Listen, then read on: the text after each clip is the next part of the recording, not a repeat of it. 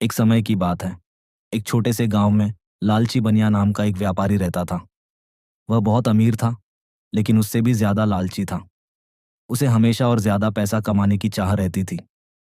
गांव के लोग उससे सामान तो खरीदते थे, लेकिन उसकी आदतों से खुश नहीं थे, क्योंकि वह हमेशा तौल में कम देता और ज्यादा पैसे लेता था। एक दिन बनिया जंगल के रास्ते दूसरे गांव जा रहा था। उसके पास एक थैली में बहुत सारे सोने के सिक्के थे।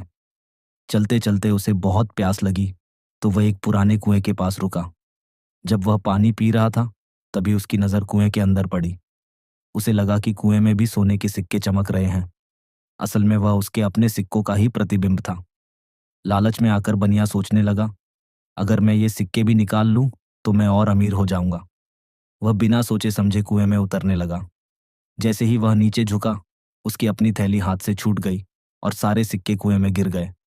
अब बनिया घबरा गया। उसने बहुत कोशिश की, लेकिन न तो वह नीचे जा पाया और न ही अपने सिक्के वापस ला सका। थका हारा और उदास होकर वह वहीं बैठ गया। तभी एक बूढ़ा आदमी वहां से गुजरा। उसने बनिया की हालत देखी और पूछा, क्या हुआ?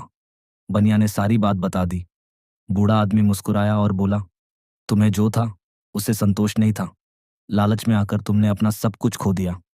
बनिया को अपनी गलती का एहसास हुआ। उसने कसम खाई कि अब वह कभी लालच नहीं करेगा और ईमानदारी से व्यापार करेगा। उस दिन के बाद से बनिया बदल गया। अब वह सही तौल देता और लोगों से अच्छा व्यवहार करता। धीरे धीरे गांव के लोग भी उस पर भरोसा करने लगे।